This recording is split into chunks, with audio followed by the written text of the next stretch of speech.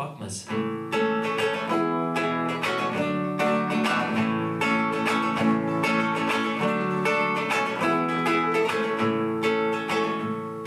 Das Klima wird allerweil wärmer und der Robbie Williams hat ein neues Lied. Ob das jetzt irgendwie zusammenhängt oder bloß Zufall ist, hätte mich voll schon interessiert.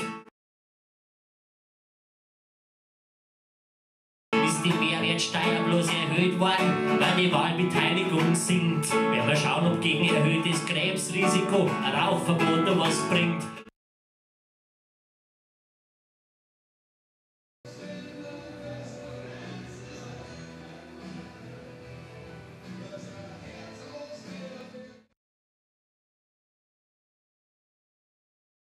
Jeder hat halt eine Idee, jeder macht halt eine CD. Der Weierer macht auch eine CD, der ist ja auch so blöd wie alle anderen. Freilich mache ich eine CD. Es ist ja nicht mehr so lange hin, 24. November, darum habe ich jetzt das Grundgerüst habe ich grob erstellt. Es ist jetzt so, der Plan ist folgender. Eine CD soll es werden, live, und es ist jetzt wirklich so, dass wir gesagt haben, ja, es wird eine CD. Es wird eine CD werden. Man vermutet, aber es ist wirklich nur eine Vermutung, dass Lieder drauf sind. Ein bisschen so Salzfett nochmal. Und das ist live, kann halt alles passieren. Wahrscheinlich singe ich Lieder. Und es kann sein, dass da nackte Männer auf den Tischen tanzen. Vielleicht hörst du dann die Mädchen kreischen und irgendwann tut es einen Dumpfen, weil es die Mädel umhaut.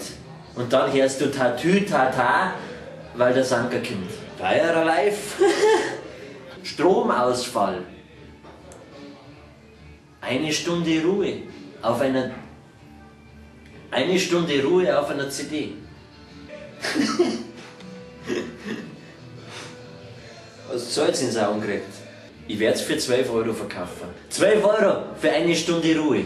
Für die Therme, da zahlen sie 25 € Eintritt für das, dass sie Ruhe haben. Und ich mache 1 Stunde Ruhe für 12 €. Und das ist ja einmalig 12 €. Die kannst du ja auf Repeat kannst du die drucken und dann geht das immer weiter. Dann hast du 28 Stunden Ruhe. Ich nehme sie ja bloß auf. Es ist noch lange nicht gesagt, dass die CD jemals erscheint.